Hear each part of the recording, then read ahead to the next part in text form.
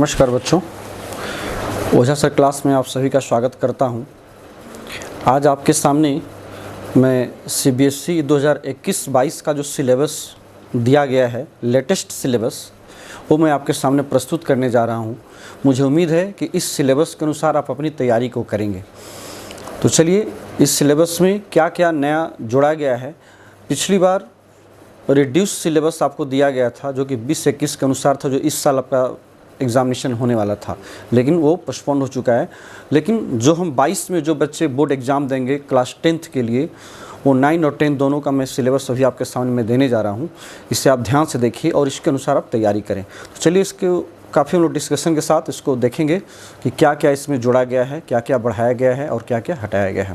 चलिए, तो शुरू करते हैं। फिर यहाँ पर आप देखिएगा, टोटल जो आपका जो प्रश्न पत्र आएगा वो 100 मार्क्स का होगा। तो 100 मार्क्स में 20 मार्क्स आपका इंटरनल स्कूल के द्वारा दिया जाता है और 80 नंबर का 80 मार्क्स का जो सिलेबस है वो अभी आपके सामने मैं बताने जा रहा हूँ।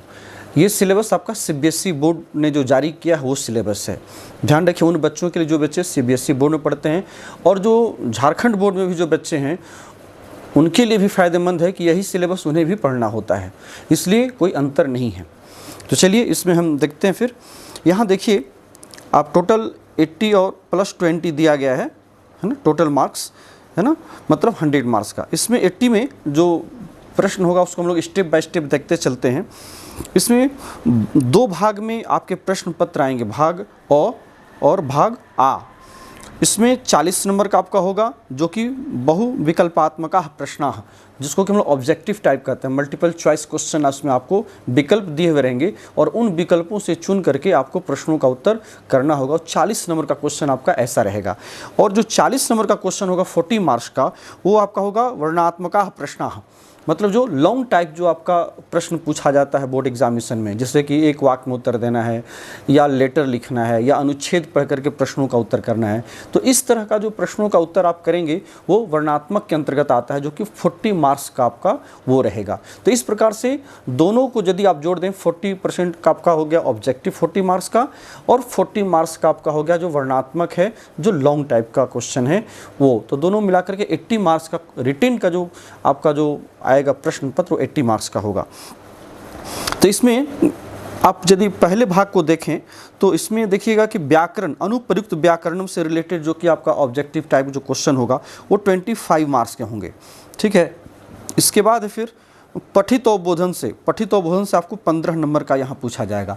ध्यान रखिएगा कि पठित अवबोधन मतलब आपका जो टेक्स्ट बुक है, जो सेमुसी भाग 2 आप क्लास 10th में पढ़ रहे हैं, NCERT द्वारा जो जारी किया गया जो बुक है, जिससे कि CBSE भी पढ़ा रही है, तो इसमें सेमुसी भाग 2 से भी 15 नंबर का ऑब्जेक्टिव क्वेश्चन, जो आपको टोटल जो 10 चैप्टर दिए गए हैं उससे आपको यहाँ प्रश्न पूछा जाएगा। और 15 नंबर का यहाँ देखिएगा पठित अवबोधन यहाँ भी है आपका, जो वर्णनात्मक के अंतर्गत है। तो बुक से 30 नंबर का आपको क्वेश्चन रहेगा, टेक्स्ट बुक से, मतलब 15 नंबर का ऑब्जेक्टिव रहेगा और 15 नंबर का सब्जेक्टिव टाइप का रहेगा, लॉन्ग टाइप जो आपका प्रश्न पूछा जाता है सो। तो यहाँ पर तो अनुप्रयुक्त व्याकरण में अब इस चीज़ को हम लोग आगे देखेंगे कि अनुप्रयुक्त व्याकरण में क्या क्या आपको पढ़ना है। जैसे संधि है, समास है, तो कितने नंबर का है, वो किस टाइप का क्वेश्चन होगा, उस पर हम लोग डिस्कशन करेंगे। तो चलिए फिर इसमें आगे बढ़ते हैं। आपका सिलेबस जो है यही आ गया।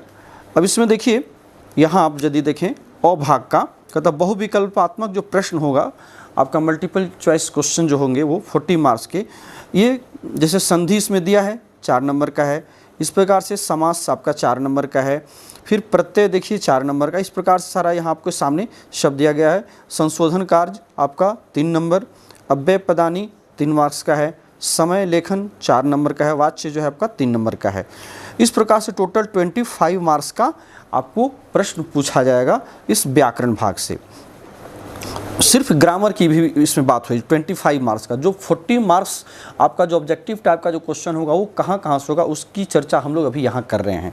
तो 25 मार्क्स हो गया व्याकरण से, और जो 15 नंबर का जो क्वेश्चन होगा वो आपका बुक से जो पठित अवबोधन है इससे पूछा जाए, जिसमें कि प्रश्न निर्माण से आपका क्वेश्चन होगा। जो बुक से आपको जो प्रश्न निर्माण होता है वो 5 नंबर का होगा।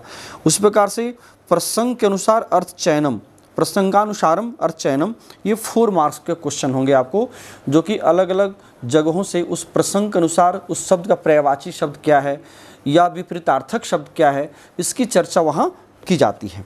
ठीक है, तो इस प्रकार का जो प्रश्न होगा वो आपको 4 नंबर का वहाँ रहेगा। इसी तरह से फिर 10 नंबर में देखिएगा, तो भाषिक कार्यम, जो टेक्स्ट बुक से जो आपका जो व्याकरण से रिलेटेड जो भाषिक कार्य का जो क्वेश्चन होता है, जैसे कि इस वाक्य में कर्ता कौन सा है या इस कर्ता की क्रिया कौन सी है, इसमें विशेषण विशेष से कौन सा है, तो इस तरह का जो प्रश्न होते हैं वो आपको भाषिक कार्य के अंतर्गत कहे जाते हैं। तो उससे रिलेटेड जो क्वेश्चन होगा वो आपको 6 मार्क्स का होगा, 6 नंबर का। ठीक है, तो इस प्रकार से 15 नंबर के आपके प्रश्न यहाँ हो गए। तो 15 नंबर का ये, ठीक है, और 25 नंबर का ये, तो टोटल आप जोड़ेंगे तो हो गया 40 मार्क्स का क्वेश्चन आपको ऑब्जेक्टिव टाइप का, ये पूरा का पूरा जो होगा ये ऑब्जेक्टिव टाइप का प्रश्न पत्र आपके सामने रहेगा। ठीक है, जो बोर्ड में जो प्रश्न आपको आएंगे फाइनल एग्जामिनेशंस में, इसी के अकॉर्डिंग आपको तैयारी भी करनी है। अब चलिए वर्णात्मक टाइप का जो आ भाग जो होगा, ये तो अ भाग की हम लोग चर्चा कर रहे थे। आ भाग में आपको वर्णात्मक प्रश्न आएंगे, वो भी 40 मार्क्स के आएंगे। तो 40 मार्क्स में क्या है कि अपठित अवबोधन से आपको एक गद्यांश रहता है, जो फर्स्ट में जो प्रश्न जो आपका शुरू होगा वो 80 से लेकर के 100 शब्दों का एक पैराग्राफ रहता है, जो कि आपको 10 नंबर का वो पैराग्राफ दिया हुआ रहेगा।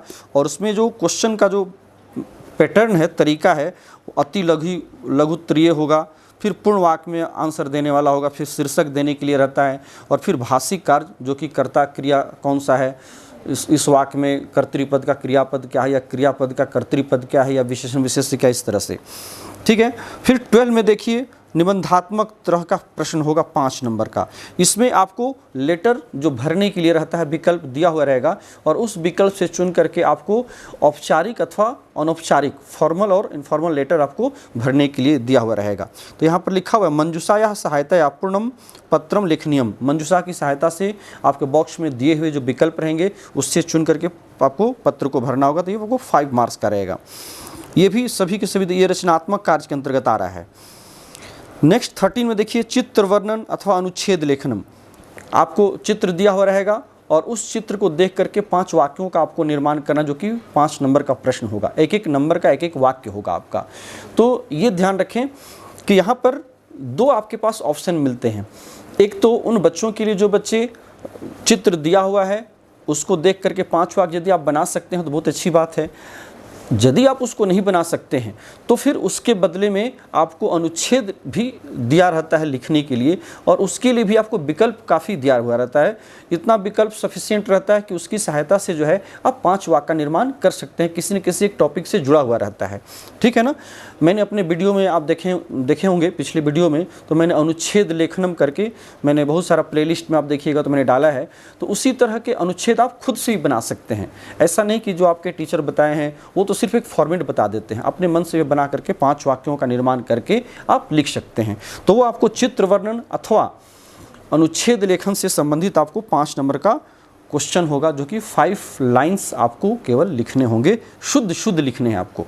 ठीक है, उस पर आपको फुल मार्क्स मिल जाते हैं। एक आपको प्रश्न पत्र होगा हिंदी से आपको संस्कृत में अनुवाद करने के लिए। ये चीज़ ध्यान रखिए, इंग्लिश में भी दिया हुआ रहता है, इंग्लिश से आपको संस्कृत में करना है या फिर हिंदी से आपको संस्कृत में करना है। ठीक है, तो ये 5 नंबर का आपको क्वेश्चन आपको रहेगा सिर्फ ट्रांसलेशन से संबंधित। कहने का तात्पर्य यह है कि आपको संस्कृत में अनुवाद को भी तैयार रखना है, ताकि आप शुद्ध 5 वाक्यों में आप अनुवाद बना सकें। सरल वाक्य दिए हुए रहते हैं, लेकिन सरल वाक्य तो दिए हुए रहते हैं, लेकिन जो बच्चे जानते हैं उन्हीं के लिए वो सरल भी होता है, और जो बच्चे नहीं जानते उनके लिए तो सरल भी कठिन बन जाता है। तो इसलिए आप उसमें ज़रूर ध्यान रखें कि उन वाक्यों को स्पेशली कर्ता के अनुसार क्रिया, जो भी मैंने अनुवाद का जो तरीका है मैंने उसका भी वीडियो बना करके मैंने डाला है, तो आप चाहें तो उससे आप लाभ ले सकते हैं। ठीक है, नेक्स्ट इसमें आप देखिए पठित अवबोधन, मतलब जो टेक्स्ट बुक से जो क्वेश्चन आएगा लॉन्ग टाइप में वो कैसा होगा उसकी चर्चा यहाँ की जा रही है। 15 नंबर में आपको गद्यांश दिया हुआ रहेगा। तो गद्यांश से आपको देखिए 1 और 2 मतलब 3 नंबर का 1 मार्क्स यहाँ हो गया और 2 मार्क्स यहाँ हो गया, दोनों मिला करके 3 नंबर का क्वेश्चन आपको 3 मार्क्स का आपको टेक्स्ट बुक से लॉन्ग टाइप में पूछा जाएगा। तो किस तरह का एक पैराग्राफ दिया हुआ रहेगा जिससे आपको अति लघुत्तरीय क्वेश्चन होगा, एक पद में उत्तर और एक पद में और पूर्ण वाक्य में देने के लिए 2 वैरायटी का आपको क्वेश्चन रहेगा जो कि 3 मार्क्स का होगा। उसी प्रकार से श्लोक पढ़ करके, पद्यांशः, श्लोक पढ़ करके आपको श्लोक दिया हुआ रहेगा बुक से, उस श्लोक को पढ़ करके उसका क्वेश्चन आंसर आपको अति लघु उत्तरीय में आपको रहेगा, शॉर्ट आंसर जो रहता है, और जो पूर्ण वाक्य में रहेगा आपको कंप्लीट सेंटेंस में देने के लिए, वो ये भी आपको 3 मार्क्स का होगा। और फिर नाट्यांश, जो नाट्यांश है मतलब जो आप सेमुसी भाग 2 में जो नाटक आपने पढ़ा है, बहुत से ऐसे चैप्टर हैं जिसमें कि नाटक दिए हुए हैं, तो उस नाटक से रिलेटेड आपको 3 मार्क्स का क्वेश्चन वहाँ भी आपसे पूछा जाएगा, जो कि शॉर्ट आंसर और कंप्लीट सेंटेंस में लिखने के लिए आपको रहेगा, पूर्ण वाक्यात्मक हो। ठीक है। नेक्स्ट जो आपको टेक्स्ट बुक से रिलेटेड जो फॉर्मेट है क्वेश्चन का, वो है अन्वय से, जो कि आपको श्लोक दिया हुआ रहेगा और श्लोक को देख करके आपको नीचे जो अन्वय के लिए जो रिक्त स्थान दिए हुए रहेंगे, जो फिलिंग द ब्लैंक्स रहेंगे, उसको आपको भरना है श्लोक के आधार पर। तो वो उस पर प्रैक्टिस की आवश्यकता होती है, आप प्रैक्टिस करेंगे तो बहुत आसानी से आप उसको भर सकते हैं। तो वो निबंधात्मक होता है जो कि आपको 2 मार्क्स का रहेगा, 2 नंबर का वो क्वेश्चन होगा आपका अन्वय का। और इसमें नेक्स्ट जो लास्ट क्वेश्चन है बुक से रिलेटेड, वो आपका 4 नंबर का रहता है, और ये है आपको घटना क्रमानुसार वाक्य लेखनम। जो आप सेमुसी भाग 2 में आपने जो कथा पढ़ा है, जो भी आपने कथा को, जो भी स्टोरी आपने पढ़ी है, उस स्टोरी को घटना क्रम के अनुसार, मतलब कौन कौन सी घटनाएं कब कब घटी, मतलब सबसे पहले घटना कौन सी घटी है उस वाक्य को पहले लिखना है, उसके बाद वाले जो घटना घटी है उस वाक्य उसके बाद रखना है। इस प्रकार से आपको क्रमशः सेंटेंस को आपको संस्कृत में अरेंज करना होता है। इसके लिए ज़रूरी है कि आप कथा को याद रखें, स्टोरी को याद रखें कि स्टोरी में सबसे पहले कौन कौन सी घटनाएं घटी हैं, उस क्रम के अनुसार आपको अरेंज करने के लिए रहता है, जो कि 4 नंबर का 8 वाक्य रहता है, हाफ मार्क्स का आपको वाक्य रहेगा। ठीक है। इस प्रकार से ऊपर वाला जो अ भाग था 40 मार्क्स का, और आ भाग हुआ आपका 40 मार्क्स का। ठीक है ना, मतलब जो वर्णात्मक है वो 40 मार्क्स का हो गया, जो लॉन्ग टाइप, और जो विकल्पात्मक जो आपने देखा था शुरू में हमने जो चर्चा किया था आपसे, वो 40 मार्क्स का। दोनों मिलाकर आपको जो है ये 80 मार्क्स का क्वेश्चन आपको एग्जामिनेशंस में रहेंगे थ्योरी पेपर में। ठीक है, रिटेन में। तो इस प्रकार से आप उसकी जो है अच्छी तरह से अब तैयारी कर सकते हैं, कहीं उसमें कुछ सोचना नहीं है। तो ये तो रहा कि किस प्रकार से आप प्रश्नों का जो वैरायटी है वो किस किस तरह का होगा। अब हम उस टॉपिक की चर्चा करेंगे, जैसे कि व्याकरण। और भाग में जो आपका जो 25 मार्क्स का जो ऑब्जेक्टिव टाइप जो क्वेश्चन होगा, वो वास्तव में ग्रामर में आपको क्या क्या पढ़ना होगा, जिससे कि प्रश्न वहाँ पूछे जाएंगे। और भाग वाले में जो 40 मार्क्स का 25 मार्क्स का जो रहता है, ठीक है ना। तो 25 मार्क्स में आपको जो होंगे, सो इसमें देख लीजिए, जैसे कि जैसे संधि कार्य में है, तो इसमें काफ़ी परिवर्तन आया है। आप देखेंगे पिछली बार जो सीबीएसई ने जो सिलेबस जारी किया था पिछले साल में, जो कि कोरोना के चलते उसमें सिलेबस को 40% डिडक्ट किया गया था, रिड्यूस सिलेबस बनाया गया था। तो रिड्यूस सिलेबस में 40% को काट दिया गया था जो सिलेबस है। जैसे बुक्स में टोटल अगर 11 है तो उसमें से 7 ही पढ़ना था, सिर्फ आपको 7 चैप्टर पढ़ने थे। लेकिन इस बार इसने क्या किया है कि पूरा का पूरा लगभग सारा चैप्टर दे दिया, सिर्फ एक चैप्टर को इसने हटाया है। वो देखेंगे भी आगे हम लोग कि किस चैप्टर को हटाया गया है। उसी प्रकार से ग्रामर में यदि आप देखें तो संधि में पिछली बार कुछ कम था, लेकिन इस बार देखते हैं संधि में अधिक बढ़ा दिया गया है, समास में भी अधिक बढ़ा दिया गया है। तो लगभग सब में इस बार जो है सिलेबस को, लगभग जो सिलेबस कंप्लीट सिलेबस था पहले का, उसी सिलेबस को इसने रख दिया है। इसमें घटाया इस बार नहीं गया है, इस बार सिलेबस को रिड्यूस नहीं किया गया है। इस बात को आपको पूरी तरह से दिमाग में बैठा करके रखना है कि आपको जो तैयारी करनी है वो पूरी तैयारी करनी है। ठीक है। तो संधि में देखिए 2 नंबर का क्वेश्चन आपका व्यंजन संधि से रहेगा, और 2 नंबर का जो क्वेश्चन होगा वो विसर्ग संधि से होगा। कहने का तात्पर्य यह है कि आपको स्वर संधि इस बार नहीं पढ़नी है, स्वर संधि को सिर्फ इसमें हटाया गया है। लेकिन 4 नंबर का जो प्रश्न आपको पूछा जाएगा 4 मार्क्स का, वो 4 मार्क्स का क्वेश्चन आपको व्यंजन संधि और विसर्ग संधि से रहेगा। जिसमें कि व्यंजन संधि में यदि आप देखिए, व्यंजन संधि में तो वर्गों का प्रथम वर्ग का तृतीय वर्ण में परिवर्तन, ठीक है ना।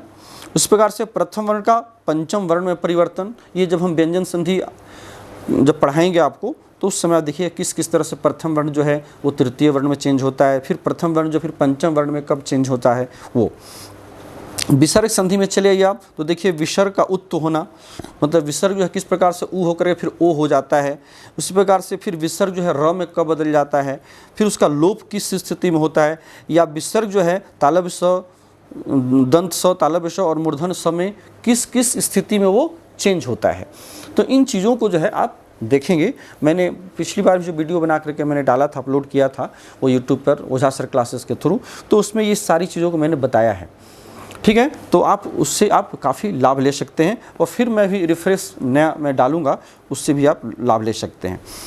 दूसरा है फिर समास में चले आइए, तो इसमें समस्त पदों का विग्रह और विग्रह पदों का समस्त पद में आपको कन्वर्ट करना है, समास बनाना है। कई बार बच्चे ये कहते हैं सर समास का नाम भी लिखना है, तो ये बात आप ध्यान में रखें कि समास का नाम जो है आपको नहीं लिखना है क्लास 10th में। समास का नाम आपको कभी भी, इस बात को दिमाग से निकाल दीजिए कि समास का नाम नहीं लिखना है, सिर्फ समस्त पद बनाना है, और जो समस्त पद यदि दिया हुआ है तो उस समस्त पद को आपको विग्रह पद में बदलना है। यही 2 काम आपको करने हैं, जो कि आपके लिए उसके लिए विकल्प भी दिया हुआ रहेगा जिससे आपको चुनना होगा। लेकिन विकल्प में भी सही विकल्प आप तब चुन सकते हैं जब सही जानकारी आपको, कंसेप्ट आपका क्लियर रहेगा। यदि आपका कंसेप्ट क्लियर नहीं रहता है तो उसका विग्रह पद या समस्त पद चुनने में काफ़ी आपको परेशानी होगी, ठीक है ना। आगे है फिर तत्पुरुष समास। समास में कौन कौन सा पढ़ना, देखिए एक तत्पुरुष है विभक्ति से रिलेटेड जो 1 मार्क्स का रहेगा, उस प्रकार से बहुब्रीहि से रिलेटेड 1 मार्क्स का क्वेश्चन है, अव्ययी भाव से 1 मार्क्स का रहेगा, और द्वंद्व से आपको 1 मार्क्स का रहेगा। इस प्रकार से जो 4 समास आपको पढ़ने हैं, इन चारों समासों से आप देखिए तो 4 नंबर का प्रश्न आपको पूछा जाएगा समास से रिलेटेड। प्रत्यय में चले आइए, तो पिछली बार आप देखिएगा सिर्फ मतुप और तल प्रत्यय दिया गया था, जो रिड्यूस सिलेबस था। इस बार बढ़ा दिया गया है, आपको ठक भी जोड़ दिया गया है, ठीक है ना। तो इस बार ठक है, मतुप है, त्व है, तल है जो 3 मार्क्स का है, और स्त्री प्रत्यय में टाप और ङीप है जो 1 मार्क्स का। इस प्रकार से दोनों मिला करके देखें तो 4 मार्क्स का आपको प्रत्यय पढ़ना है। प्रत्यय में भी इस बार बढ़ा दिया गया है, पिछली बार कम था।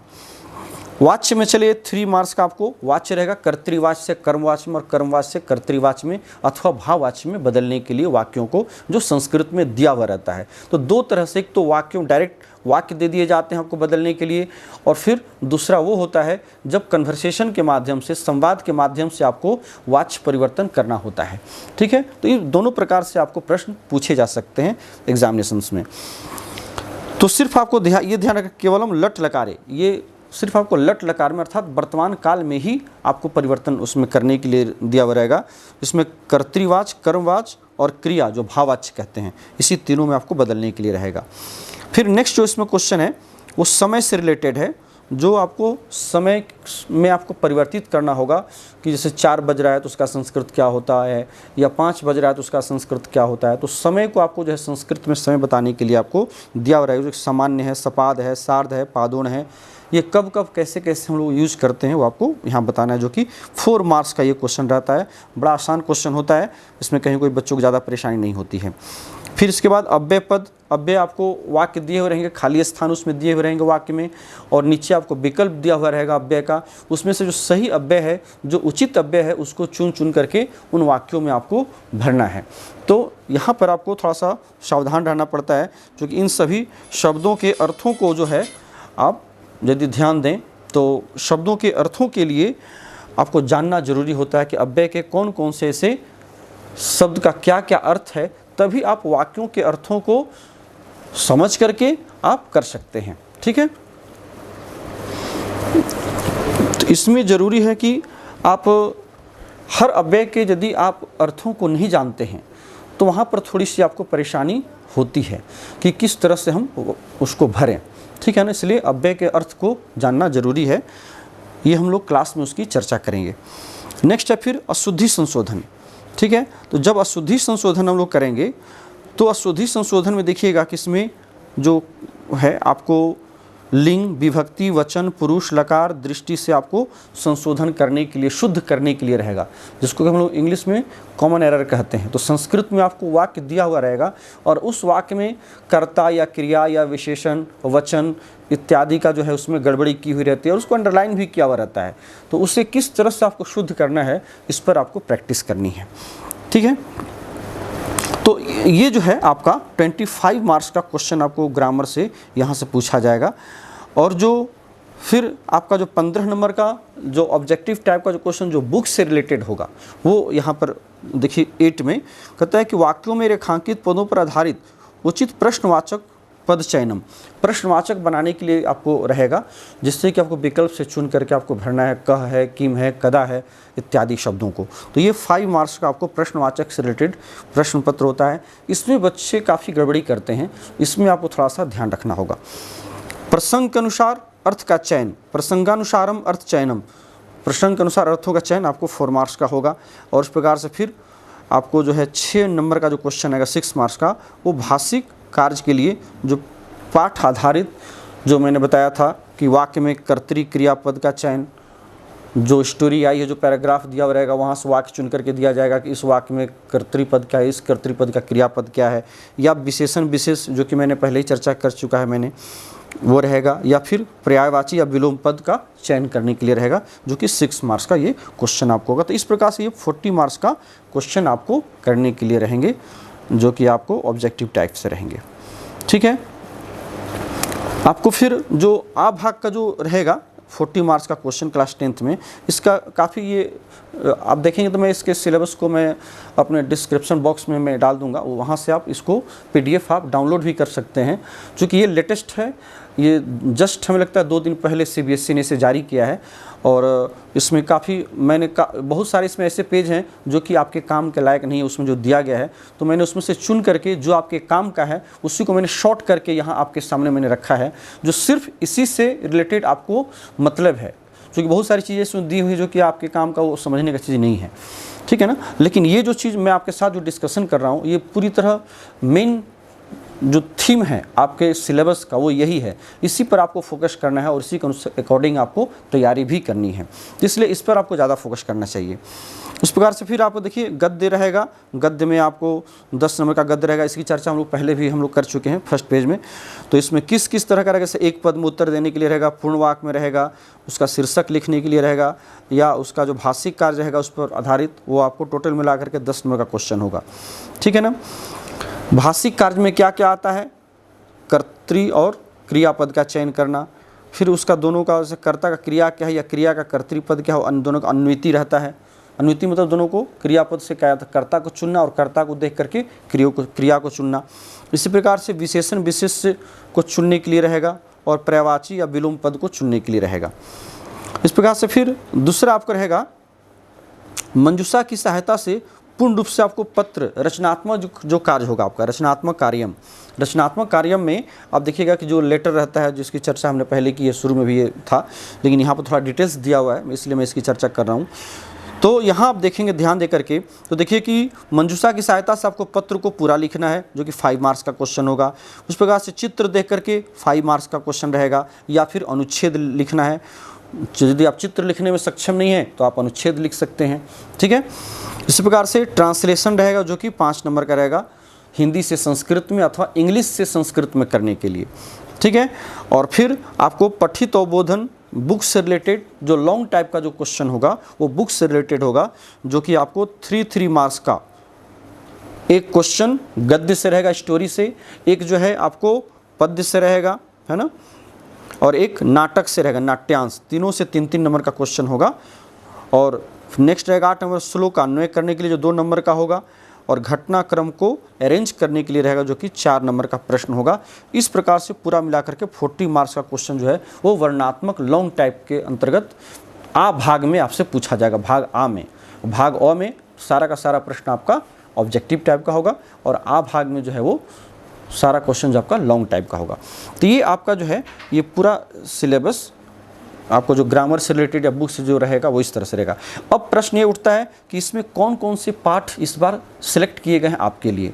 तो पाठ में देखिए, तो इसमें प्रथम पाठ है सूचि पर्यावरणम, द्वितीय पाठ भी है बुद्धिर्बलवती सदा, तृतीय पाठ भी है व्यायाम सर्वदा पथ्य, पिछली बार ये नहीं था, तृतीय पाठ नहीं था। चतुर्थ पाठ शिशु लालनम, ये भी नहीं था। पंचम पाठ था जननी तुल्य वत्सला, ये लेसन था पिछली बार, ठीक है ना। इस बार इसको बढ़ाया गया है, 3rd और 4th को बढ़ा दिया गया है। 6 आपको सुभाषितानी, पिछली बार भी था। सप्तम पाठ में सौहार्दम प्रकृति शोभा, ये पिछली बार भी था। अष्टम पाठ में विचित्र साक्षी, पिछली बार भी था। 9वां सुक्तयः, ये भी जो लेसन है वो पिछली बार था, ठीक है ना। तो इस प्रकार से पिछली बार देखेंगे तो 7 चैप्टर आपको दिए गए थे, इस बार इसने 10th कर दिया, 3 चैप्टर को इसने बढ़ाया है, ठीक है। तो प्राणेभ्यो भी प्रिय सुहृद, इसको भी आपको इसमें बढ़ाया गया इस बार। तो इस प्रकार से 3 लेसन बढ़ा करके 10 कर दिया गया। इसमें से देखिएगा 9 के बाद जो है एक ही बार 11 आ गया है, मतलब लेसन 10 को नहीं पढ़ना है आपको। ये याद रखें, लेसन 10 को सेवसी भाग 2 में जो बच्चे 2022 में, मतलब अगले साल जो बोर्ड एग्ज़ाम देने वाले हैं, वो 21-22 का जो सेशन है उसमें 22 में जो बच्चे बोर्ड के एग्ज़ाम देंगे उन्हें जो है लेसन 10 नहीं पढ़ना है, ठीक है ना। ये जो लेसन 10 है, ये लेसन 10 इसे नहीं पढ़ना है, ठीक है ना। इस चीज़ को आपको ध्यान रखना है। तो ठीक है, अब जो है आपको ये हमें लगता है काफ़ी स्पष्ट हो गया होगा, आपको कोई डाउट या कन्फ्यूजन नहीं होगा कि हमें क्या पढ़ना है, कौन कौन से चैप्टर हमें पढ़ने हैं, कौन कौन से चैप्टर नहीं पढ़ने हैं। इसमें कहीं कोई आपको कन्फ्यूजन डाउट नहीं रह गया होगा। फिर नेक्स्ट इसी के अकॉर्डिंग मैं अपना क्लास आपके सामने में फिर मैं स्टार्ट करूँगा, उसका वीडियो आप तक मैं पहुँचाऊँगा। अब मुझे पूरा विश्वास है कि उसके अनुसार आप बच्चे काफ़ी घर बैठे उससे आप लाभ लेंगे, अधिक से अधिक बच्चों में आप शेयर करेंगे। और एक रिक्वेस्ट ये भी है कि जो बच्चे अभी तक हमारे इस ओझा सर क्लासेस चैनल को सब्सक्राइब नहीं किए हैं, बेल आइकन को नहीं टच किए हैं, वो ज़रूर करें। और जो हमारा वीडियो अपलोड होता है इस ओझा सर क्लासेस चैनल पर, वो आप तक इसकी सूचना बराबर आपको मिलती रहे। चलिए, इन्हीं शब्दों के साथ इस क्लास को मैं यहीं रोकता हूँ। फिर नेक्स्ट वीडियो आपके साथ फिर क्लासेस के साथ उपलब्ध होगा। तब तक के लिए हमें आज्ञा दीजिए। बहुत बहुत धन्यवाद। Thank you.